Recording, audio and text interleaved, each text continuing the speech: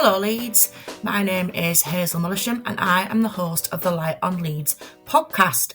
On this episode I have by Nowt LS6 come to speak to me, who believe that everyone can make an environmental difference by borrowing, not buying. This reduces the creation of waste, allows people to share resources, meet others in their local community and borrow items instead of buying. The scheme was set up by Jed, Sarah, Lee, Mark and John. I had a great time chatting to Jed about the ethos of the scheme and how they got started.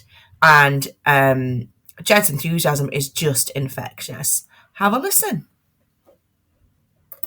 On this episode of Light on Leeds, I have Jed, who's come along to talk to me about Buy Nowt LS6. Hello, Jed. Hi, thanks for having me. No problem. Thank you for coming, remotely coming along. Jed, can you tell me a little bit, what is Buy Nowt LS6, which is a brilliant title, by the way?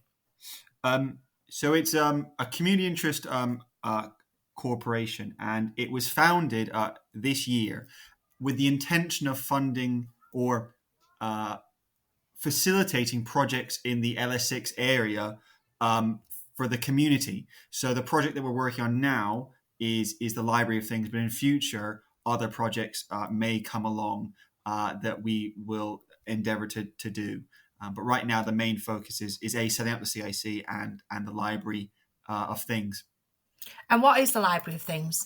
So a Library of Things is like a library, but instead of borrowing books, media, CDs, it's instead you are borrowing things that you would otherwise have to buy but use quite infrequently. So the classic example that we refer to is a power drill. The average power drill gets used for 13 minutes in its entire lifetime. Oh my gosh.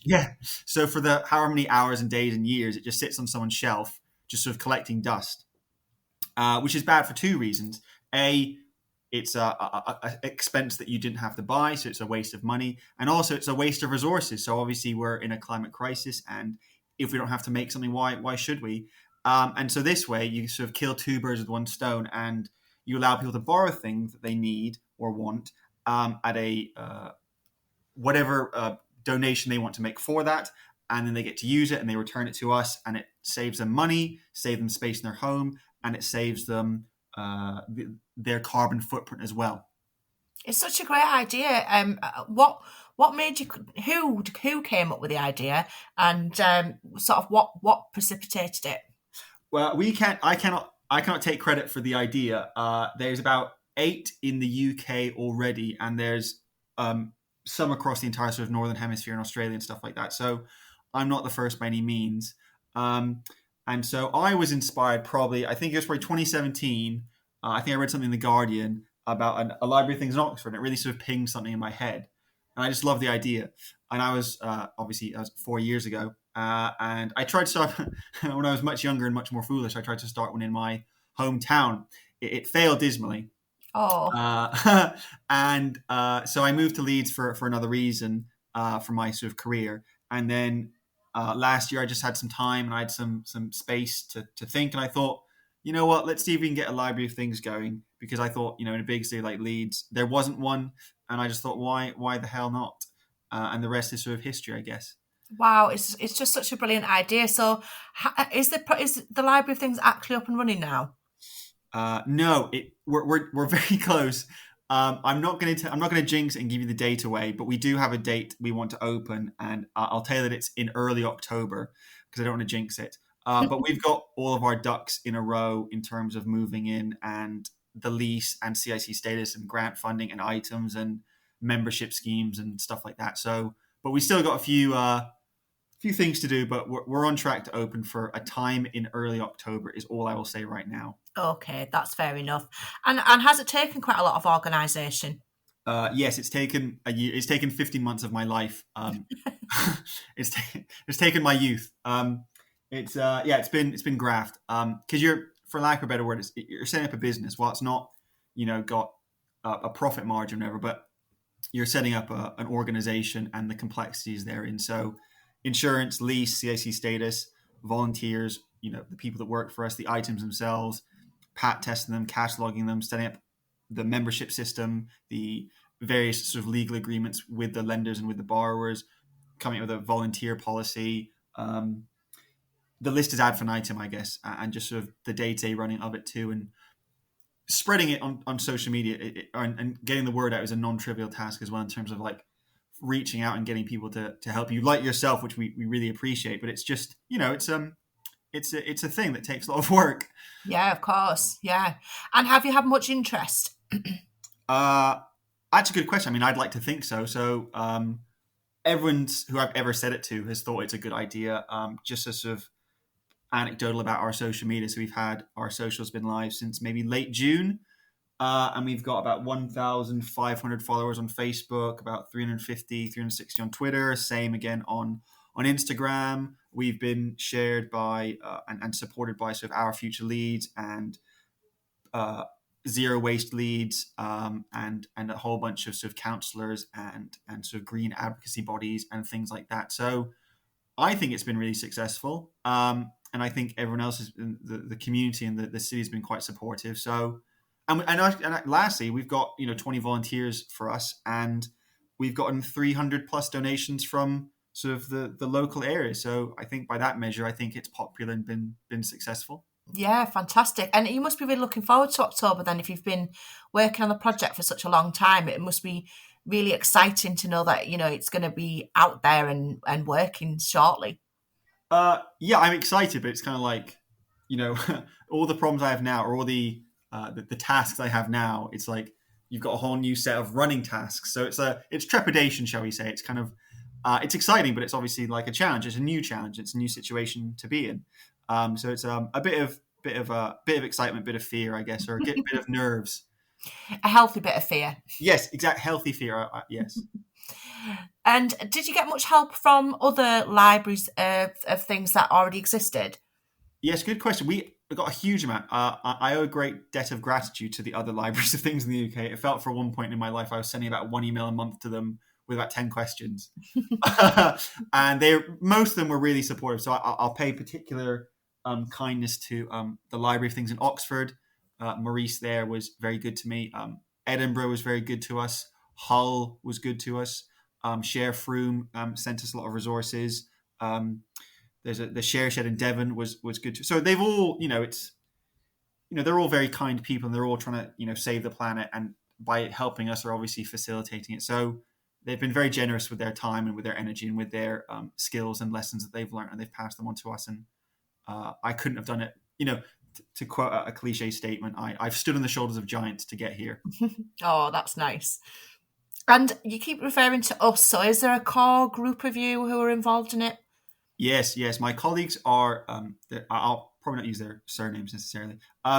There's me, there's Sarah, whose tasks have been sort of domain name stuff and a lot of the graphics. So she's an illustrator by profession, and she's a fantastically creative person, and she's in a lot of our fantastic artwork and publicity stuff and leaflets and flyers and logos and typeface and stuff like that.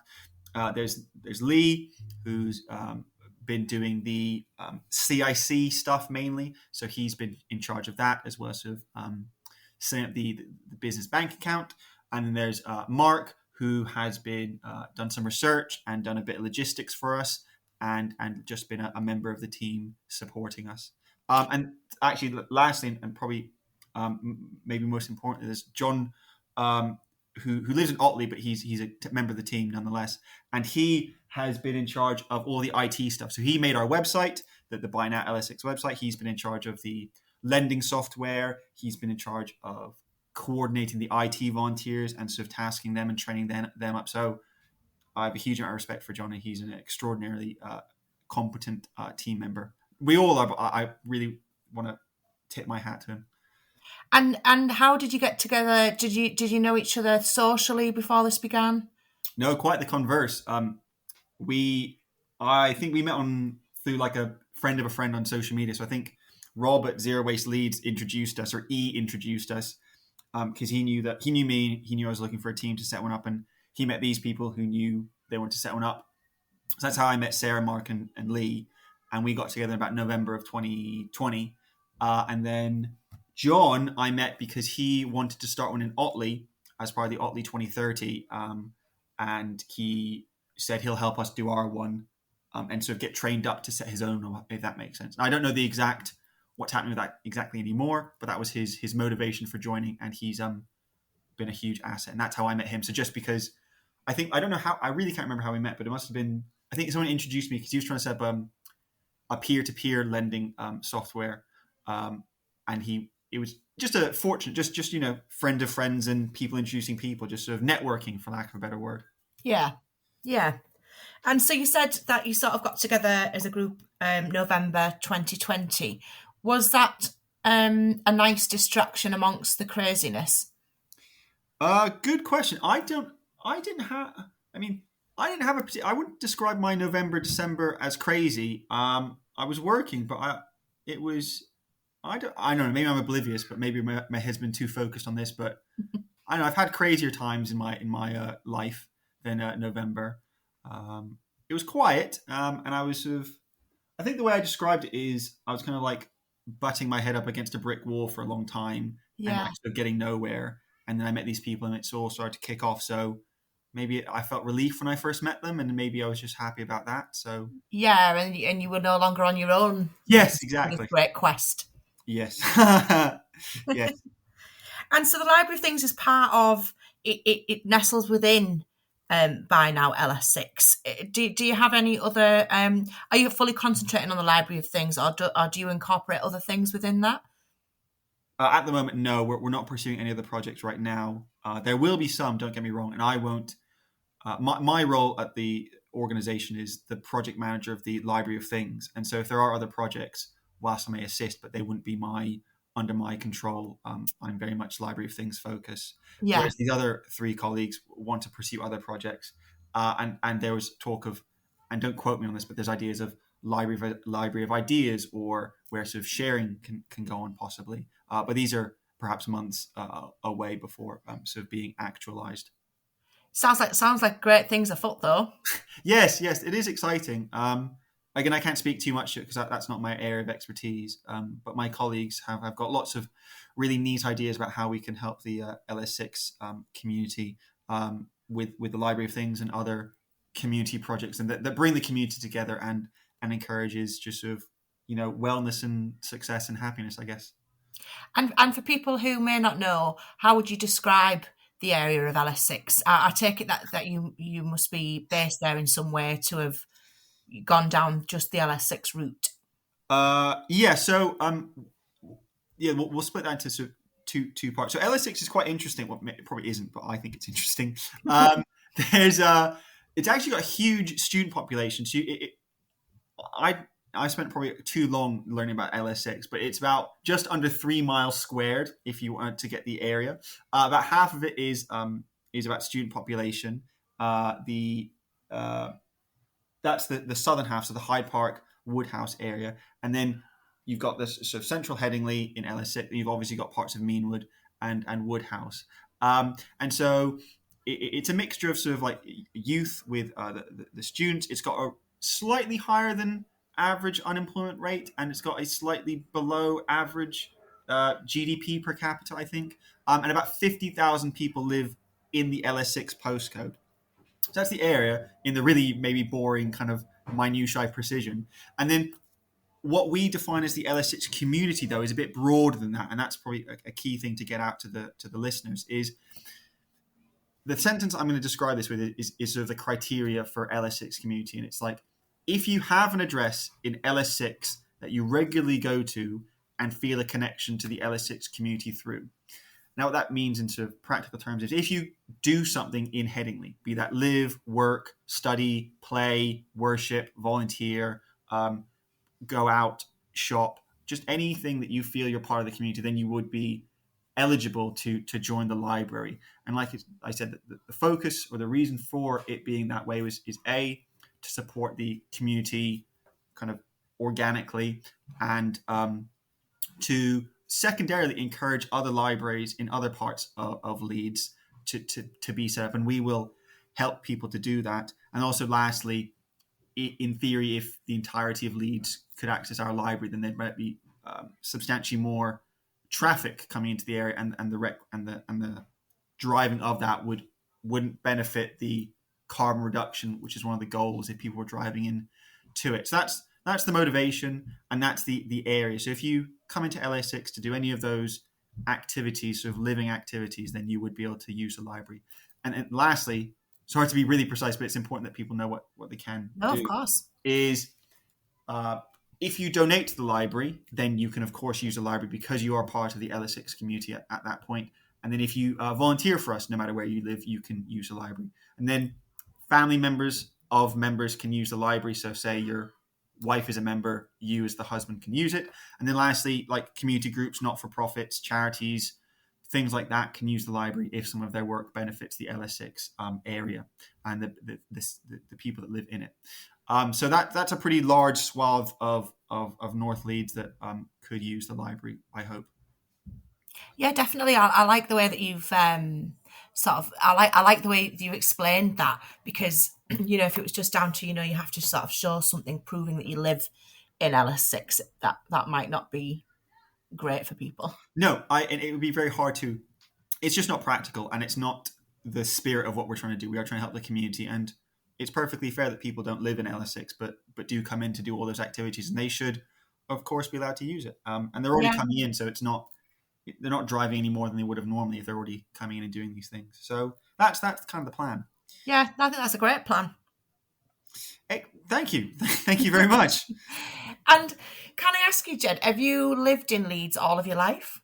No, why pray tell do you ask that? What about Well, me? I actually ask every guest anyway, just as a precursor to, sometimes you get someone else say, I've lived, I was born wherever, but I've lived here for 15 years. And then it doesn't even matter if you've lived here for 5 months. It's like a running joke. Well, then you qualified to answer these 3 questions.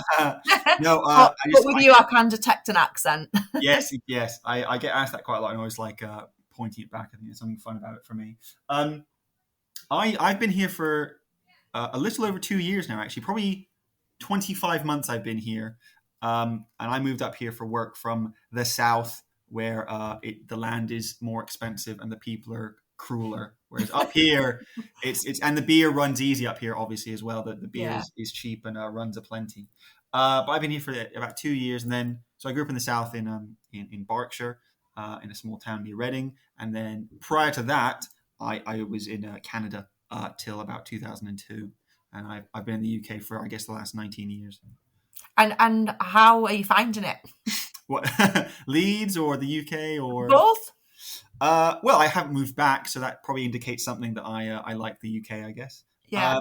But I love Leeds. I mean, I moved up. I wanted to move north. I actually applied for lots of jobs all over the north. So I looked for some in Sheffield, Manchester, somewhere else, Nottingham, but that's not the north. But I applied for things north of Oxford, basically. And I really lucked out with Leeds. And so it's fantastic. I mean, it's just great. It's like a big city. It's got enough to do. It's got enough people. But it's not too big. It's just this perfect balance of everything. It's got enough going on. It's green enough. It's got the city centre enough. It's just, I don't know. It ticks all my boxes, I guess. It's just a lovely place to be. Oh, well, I'm very glad to hear that. So the questions that I always ask every guest start with, what would you say is great about the city of Leeds? Some of which you've already mentioned, but I don't know if you want to say anything more specific. One of the things I would say is the amount of maybe like third sector organizations and green groups. And maybe I know a lot about them because I work with them, but I just think it's amazing how many organizations there are in Leeds that are trying to help people and do some really interesting, exciting stuff. And I think that's pretty amazing that there was all these sort of things going on and all these kind of schemes and ideas and ways that we can all work together that are just sort of that you don't get in other cities I've been in necessarily. And that's quite cool to me. I think there's something really neat about having all these things going on. And actually the whole climate crisis thing is really coming to a head in Leeds, in the sense of you've got Our Future Leeds, you've got Zero Waste Leeds, you've got the climate crisis that's been annulled by the government. You've got these climate hubs that are being set up with a huge amount of funding that was secured for the city. So there's some really exciting progress that just isn't happening in almost any other city in the UK, I'd say. I couldn't quote that, but it's a lot going on, and I think people don't realise perhaps sometimes just how progressive the Leeds is in that sense. Well, yeah, I mean, it's one of the reasons I started the podcast in the first place, because, I was forever shouting about how fantastic Leeds is and all the great things that are going on. and I think I'm about 116 episodes published to date, and I don't run out of ideas. I never run out of guests. Constantly coming across people who are doing fantastic things in all sorts of sectors. Yeah, totally agree with you. And if you had to choose something that was not so great about the city, Jed, what would you go for? I actually was racking my brain about this, and I'm not saying this because I'm trying to suck up, but one of the things I thought isn't great is I don't cycle a huge amount, but when I do, it's not great cycling sometimes because the cycle lanes aren't super. I never feel in danger, but it's not a very fun city to cycle in, I think, and I hate hills. I'll be honest with you, I really do hate hills, and so I sometimes wish it was a bit more like Amsterdam or Rotterdam or something a bit flatter. But yeah, let's say the topography of Leeds can be detrimental to cycling. That's a good thing to critique. Yes, I wish it was flatter. That's a really good answer.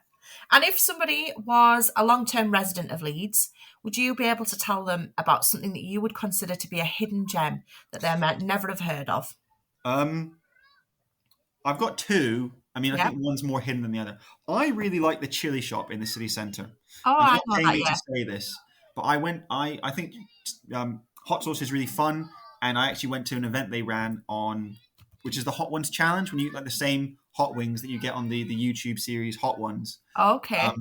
And it blows your head off that you're getting to like over 1 million Scoville, and it was a really fun night, and it's like a nice challenge. It was just a really unique thing and I've never seen them in. They're very rare to see like chili nights or chili fests like that, and so that was really really cool shop, and it's got lots going on. He's a good bloke there, and he's got a great selection of stuff. And it's just fun, isn't it? Yeah. And then the other one, this is perhaps even more obscure, is there's a really Cottage Road Cinema on Otley Road is really nice, and obviously it's really tucked away, but it's got a huge screen, it's got a huge room, and it shows some really interesting films sometimes. It's an independent, obviously, and I like the cinema, and I like seeing films at them. And obviously, it's a shame that we had obviously lockdowns and couldn't go, but it's a really nice cinema. It's really tucked away, and it's just a nice place to be, and it's better than going to a big multiplex, I think. Those are great answers. And Jed, what will you be doing with the rest of your time today? Well, I kind of think I did all my work. I might do very little. I'm going to watch some YouTube things that I put on a watch list, listen to some music, and I might go to the pub. Oh, I'm going to make some chimichangas. So I'm making chimichangas this week, and I've been getting better every time. And so I'm going to make my last chimichanga tonight, I think. Can you explain to me what is a chimichanga? It's a great word as well, isn't it? It's fantastic. So it's like a burrito, I guess. It's a tortilla, and you put your stuff in it. And I think I was making like some pulled chicken. I had some fire roasted peppers, and then like a thick sort of jus of onion. And you put it all, and some cheese. Obviously, cheese is very important. And then you fry it. It's really, so you don't deep fry it, but you put it at pretty deep fry, and then you basically crisp it up. And actually, I think it's really cool because I think tortillas can be a bit stodgy if you just eat them with stuff in it. Can be a bit sort of chewy. Whereas this gets rid of that because you're crisping it up, and it heats it all up on the inside as well. So it's really nice. It's really nice. And it's quite easy, and it's just a bit more flavorful than a normal tortilla, and the texture is a lot nicer, surprisingly much nicer. I'll have to give that a try. Yeah, it's pretty easy. I mean, you can put whatever you want in them. They can be a bit spitty when they fry though, but apart from that, it's pretty fun. And I think they're a favorite snack of Deadpool, the DC anti-hero. That's right, yeah. Although I knew I'd heard it somewhere before. That's not why I made it, though. You'll be pleased to hear. Well, it sounds like a lovely evening. Thank you so very much for coming along to speak to me.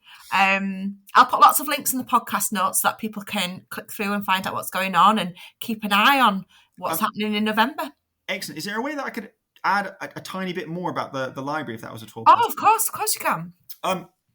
Great. Well, I thought maybe I'd tell the listeners perhaps a bit more about what's in a library as well, because I think we maybe glanced over. Oh, yeah. I think they'd want to know what they can borrow from us and maybe why it's a great idea and some stuff that we're pursuing. So the libraries are pretty amazing. And first of all, everything that we have in the library so far, which is by my calculations 338 items, has been donated, which is a pretty amazing thing from the LS6 sort of community. Yeah. So we've not had to buy anything, nor have we had to produce it to begin with. So we've not added anything to the sort of the CO2 production.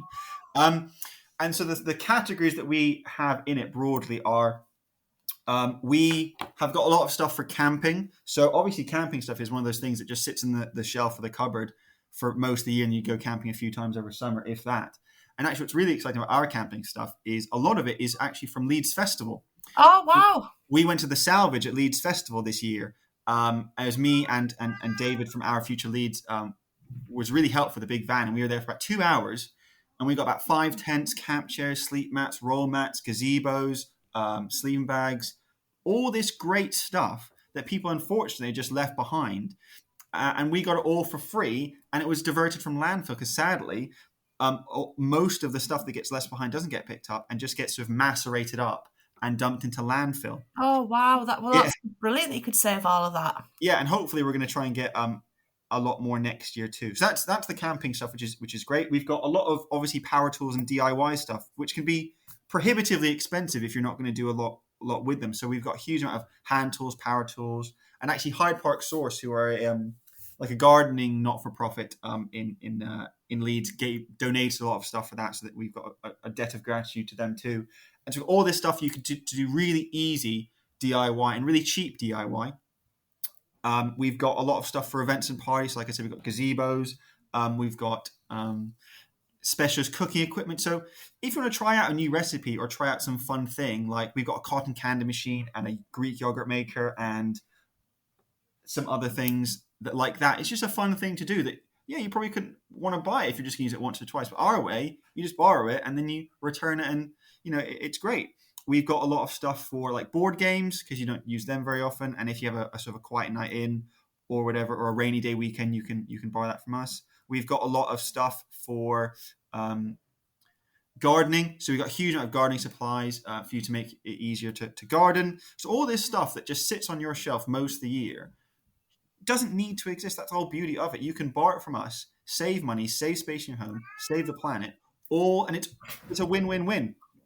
And so we're trying to partly also kind of, without sounding too bold, change people's mindset to what they do and do not have to buy. In a perfect universe, you only buy what you have to and want to, and not have to buy the stuff that you don't want to and don't need to. And that's the whole beauty of libraries of things moving forward, is that we can really do some amazing stuff with consumer habits, and we can really change the world, hopefully. It's just such a great idea, Jed, because literally this week I was thinking about, should I buy a food processor or not? And I was like, well, there's only me, and I've got like a tiny galley kitchen. I don't really have any space for one. And then I was thinking, and then, so it's going to take up space, and then it's going to cost me a lot of money, and then how often will I use it? And what if I think, like a lot of things, you think you're going to use them all the time, and then you buy them and then you don't. Yeah. And, I just think it's just and things like a slow cooker, for example. Yes, we've got one of those. Yeah, it's just a brilliant idea because you don't use your slow cooker every single night. But if you fancied a stew one night, instead of having to go and dig it out of your basement and clean it, you could just borrow it. I think it's just such a fabulous idea. And then some of the other schemes, or the other cool thing that we're working on that we've got set up now, is the other great thing is for events and stuff. Have you ever heard of something called the Party Kit Network? I haven't. Okay, well they're pretty neat, and I can't take credit for it. This is another CIC, but we're gonna collaborate with them, or we're gonna be under their umbrella. But what they do is they provide people or they facilitate people setting up their own party kit, which is like a selection of like plastic plates and cutlery and cups for when you have a kids party or a big event in your garden. And instead of you having to buy that single-use plate or that single-use cutlery or single-use cup, you can instead borrow it and then give it back. And obviously, thankfully, the government's now banned single-use to the best of their ability. But we still do need extra cutlery when we've got a big event. And now we're going to be part of this and be able to lend out lots of cutlery and plates and cups to people for events, which is another really exciting thing that we can cut down on single use with. It's just great. It's a great idea. And hopefully these kind of things will, like you said, the library things, I think, how many did you say there were across the country? There's about 3 in London now, but they're all under the same organisation. There's one in Hull, there's one in Oxford, in Frome, which is spelled Frome. I pronounced it wrong for most of my life.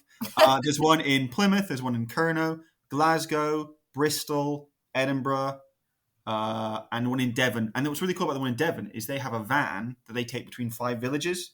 So it's like a portable library of things, and you borrow it one day. Oh, that's great. When the van comes back around, you give it back the week later. So, and there's loads in North America, and there's one in Sydney in Australia and Canada, and I think France and stuff like that. So, and they're popping up all the time. So it's a real kind of growth industry, for lack of a better word.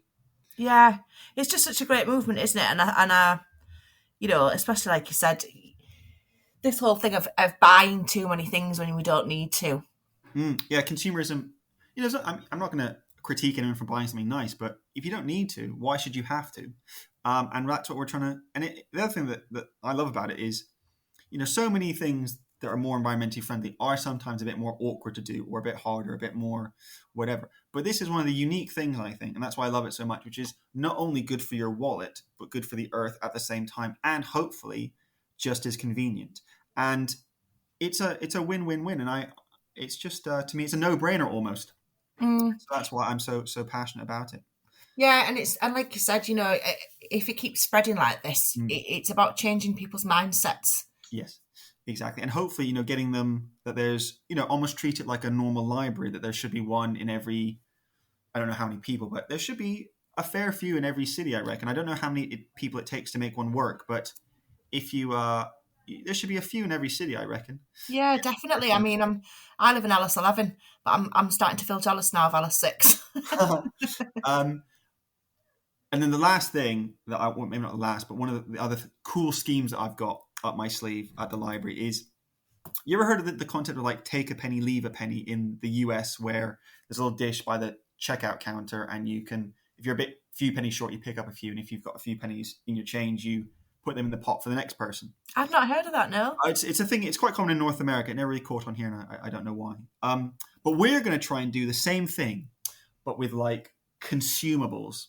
Because what annoys me about DIY is, say you need some washers or some screws or some nails, you have to buy a big bag, and you don't use them, and they just sit collecting dust in your cupboard or your shelf, and some other fool has to buy another bag, and it's like, why do you all have to buy one each? So we're going to try and bring in another in the library, is have a take a screw, leave a screw section, where if you've got a few screws left after a DIY project, drop them with us. And likewise, if you need a few screws or a few washers or zip ties or whatever consumable you need for your project, you can hopefully pick up a few for what you need to do. And that way we're, it's all about, making lives easier, cheaper, and more importantly, better for the environment. And that's another little thing of project that we're going to have in the library too. Just such a great idea. Yeah, that's a fantastic. I mean, just the other day I had to buy some tacks. So I had to put some pictures up. And now I've put up like 4 pictures, and I've got 96 tacks. Yeah, it's just nuts. It is a bit nuts to me, but it's all about changing consumer habits, about thinking sort of outside the box a bit, or thinking critically about all of our decisions. And I suppose as well, it's that thing about you fostering a community feeling as well. Yeah, that's a huge part of it, and I think it goes without saying that we couldn't have done this without the community. We're not, we've come in and we had to ask for help, which is. We wanted to do that, but we are overwhelmed by kindness in terms of all the Facebook pages in the area supporting us, like CRAP LS6, crap LS6, and the people in the area donating stuff to us, donating goodwill. The location we're at, which will be the Headingley Methodist Church, their goodwill about letting us use the room and stuff like that. So, it's just amazing feedback that we get from everyone all the time about wanting it to work and helping us to make it work. So it's pretty amazing what you get from people when you just ask nicely and tell them that you're doing something good with it. Yeah, definitely. Yeah, lots of positives there. Yeah, totally. So I think that's everything that I kind of wanted to espouse to the people. I guess lastly, we're just one library and we're only 4 or 5 people. So if you are in LS6 or feel you are part of the LS6 community, please do come down in October to use the library, or follow us on our socials to find out more about us. Or if you want to donate or volunteer, please do so. But lastly, if you are outside of Leeds or outside of LS6 or Bradford or wherever, and you want some input about maybe setting your own up, that's one of the things we want to do, is we want to help other people to set up their own. And I'd love to be able to help people to set their own. I know I don't want anyone to have to reinvent the wheel and go through the last year I have. I want to make it much easier for them than it was for me. Yeah, that's great. That's, I guess, the last thing I want to sort of get on my soapbox about, I guess. Well, I'll put all the links of your socials and how to get in touch with you in the podcast notes, so that people can click through. And I'll be waiting with interest to see about everything and how it all rolls out. Yeah, and I just lastly, thank you to you and this podcast for having us. I had you on a list of people I wanted to make contact with, so you actually have saved me a job by you. I'm glad to hear it. I'm always looking for great things happening in Leeds. That's very kind of you. Your generosity is overwhelming. Thank you so much for joining me today, Jed, and really enjoy your chimichangas, which I'm going to try one day. Yeah, it'll be fun. I'll give you some other recipes if you like. And maybe more importantly, if you come to the library, I'll give you some tools with which to make some fun recipes with. That would be amazing. We've got an ice cream machine. We've got a popcorn maker soon. We've got a cotton candy machine. We've got slow cookers. We've got all sorts of fun stuff. We've got sushi mats. You can roll your own sushi. Wow. Thank you so much. I'll definitely come along and I'll definitely be picking up some of those. Yeah, thanks again. Thank you for having me. I loved it. Yeah, me too. What a great idea. A library of things. In the podcast notes will be lots of links so that you can find out more about the project, perhaps how you'd like to set up your own library of things in your local area, how you can volunteer, and all of the amazing things that Buy Now Leeds 6 have got to offer. The group chose to feature the track Holly's Got a Ticket by Peter Darling. It's a really gorgeous song and it's got quite heartbreaking lyrics, but I think you'll enjoy it. Give it a try. What's happening in this great city? We'll tell you. Wait a minute.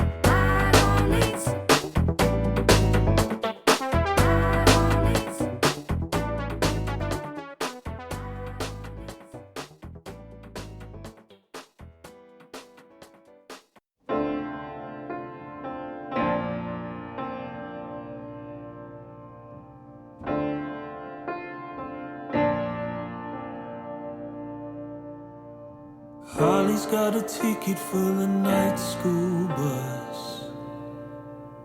She wants to be the lawyer for some big guy trust. Didn't finish college cause of pills she dropped. So she'll start as paralegal and then work her way up. Holly's got a 0-hour job in town.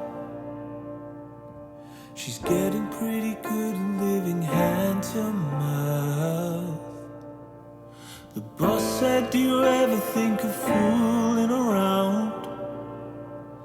Well, she might if it means he'll keep her around. And then she wouldn't have to ride the bus again. She'd buy a used car, a 92 blue Saturn, and listen to the record she wanted to. 3 CD changer full of Motley Crue. Oh, oh, oh, oh, oh, oh.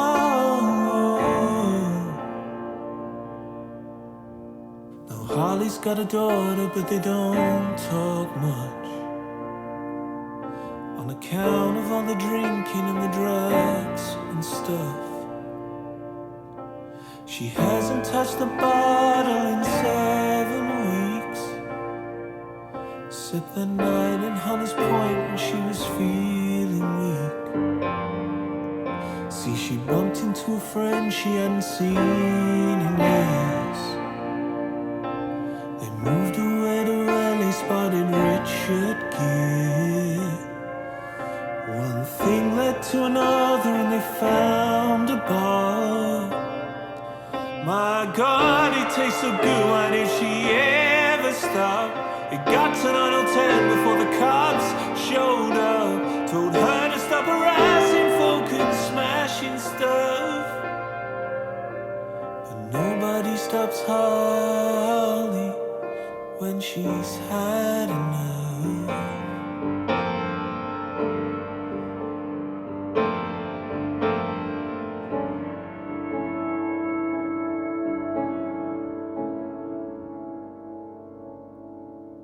In the morning, Holly finds herself in the cell.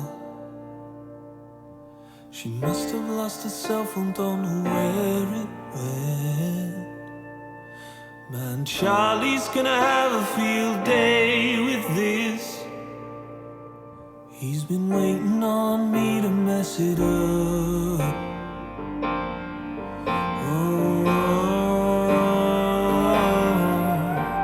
So Holly's got a ticket for the night school bus. Holly's got a ticket for the night school bus. Holly's on the back row of the night